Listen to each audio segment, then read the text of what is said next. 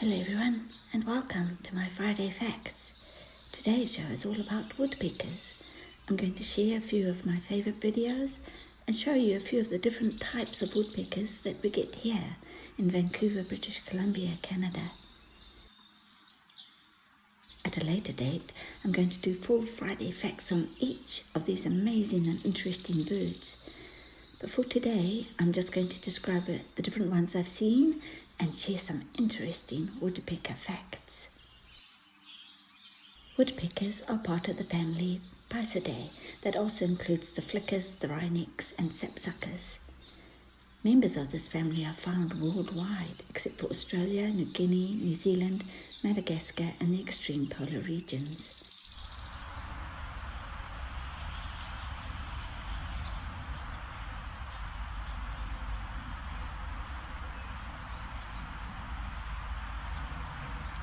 Most species live in forest or woodland habitats, although a few species are known to live in treeless areas such as rocky hillsides and deserts, such as the Gila woodpecker that exploit cacti. One day I'd love to see one of those beautiful birds. Now everyone knows what a woodpecker looks like. They're known for their characteristic behaviour. They mostly forage for insect prey on the trunks and branches of trees, and they often communicate by drumming with their beak, producing a reverberatory sound that can be heard at some distance. I often hear them, and I never ever find them. Some species vary their diet with fruits, birds' eggs, small animals, tree sap, human scraps and carrion, and they mostly nest and roost in holes that they excavate in tree trunks. And the abandoned holes are of importance to other cavity nesting birds, like the little chickadees. They sometimes come into conflict with humans when they make holes in buildings or feed on fruit crops, but they perform a useful service by their removal of insect pests on trees.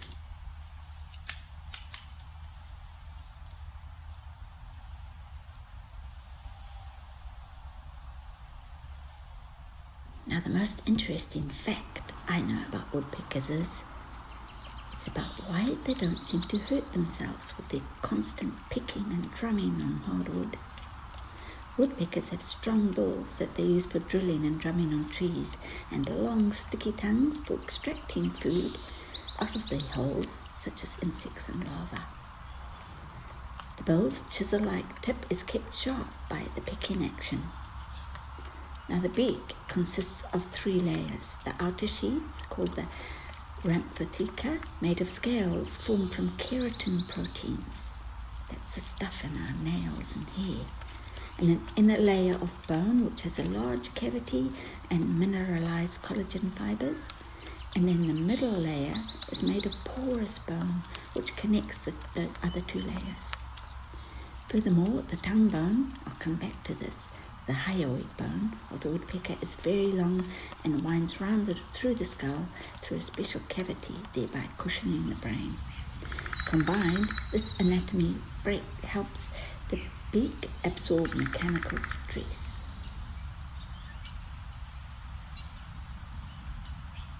Many of the foraging, breeding and signalling behaviours of woodpeckers involve drumming and hammering using the bill.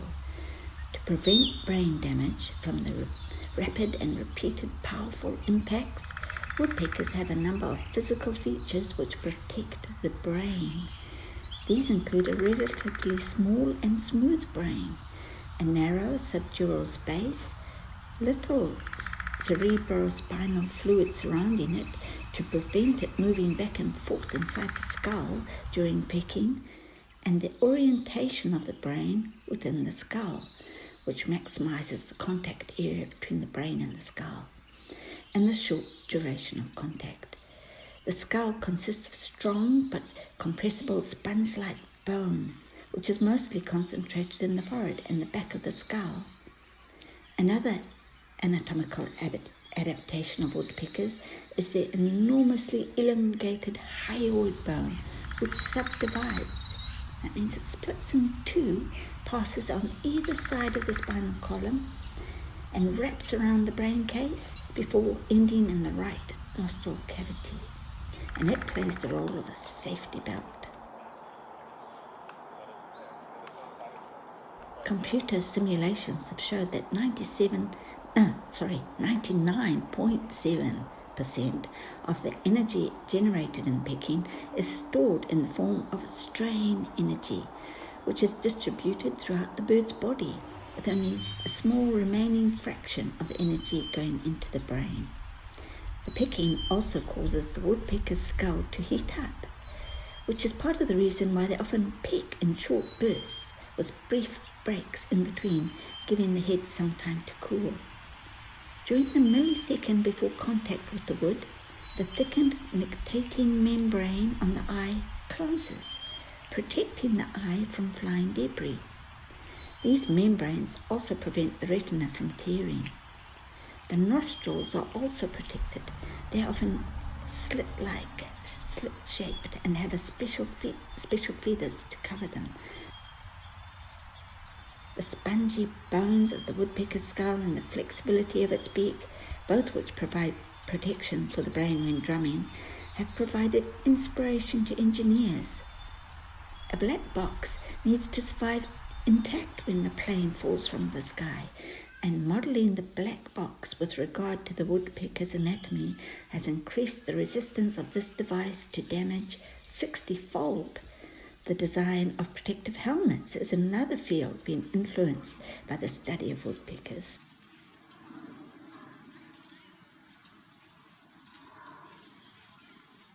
The majority of woodpeckers are sedentary, but there are a few migratory species.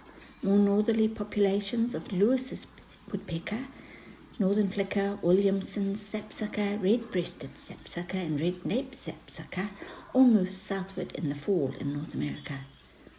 Most woodpecker movements can be described as dispersive, such as when the young birds seek new territories after fledging, or eruptive to escape harsh weather conditions. Several species are altitudinal migrants, moving to lowlands from the hills during the winter months. The woodpeckers that do migrate do so during the day.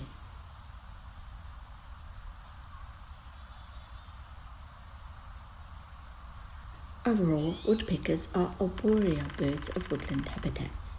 They reach their greatest diversity in tropical rainforests, but occur in almost all suitable habitats, including woodlands, savannas, scrublands, and bamboo forests. Even grasslands and deserts have been colonized by various species. These habitats are more easily occupied where a small number of trees exist, or in the case of the desert species like the Gila woodpecker, tall cacti are available for nesting. Some are specialists and are associated with coniferous or deciduous woodland. Other species are generalists and are able to adapt to forest clearance by exploiting secondary growth, plantations, orchards, parks. In general, forest-dwelling species need rotting or dead wood on which to forage.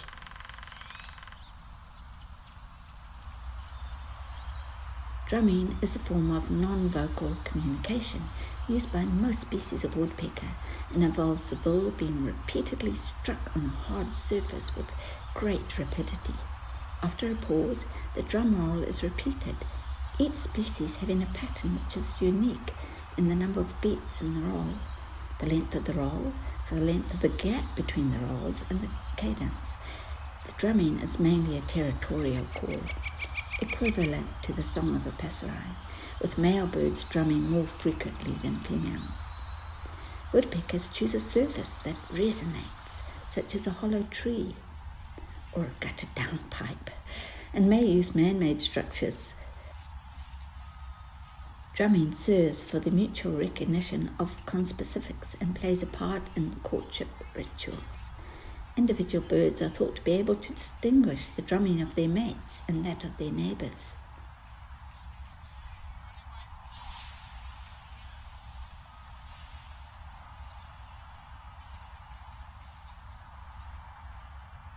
A pair will work together to help to build the nest, incubate the eggs, and raise the altricial young. However, in most species, the male does most of the nest excavation and takes the night shift while incubating the eggs. A clutch will usually consist of 2 to 5 round white eggs, Since these birds are cavity nesters, the eggs do not need to be camouflaged, and the white colour helps the parents to see them in the dimmer light of the nest hole. The eggs are incubated for about 11 to 14 days before they hatch, depending on species.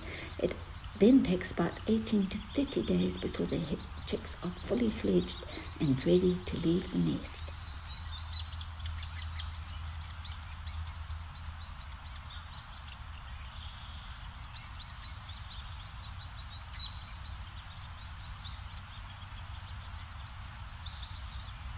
In most species, soon after this, the young are left to fend for themselves. In general, cavity nesting is a successful strategy, and a higher proportion of young are reared than is in the case with birds that nest in the open.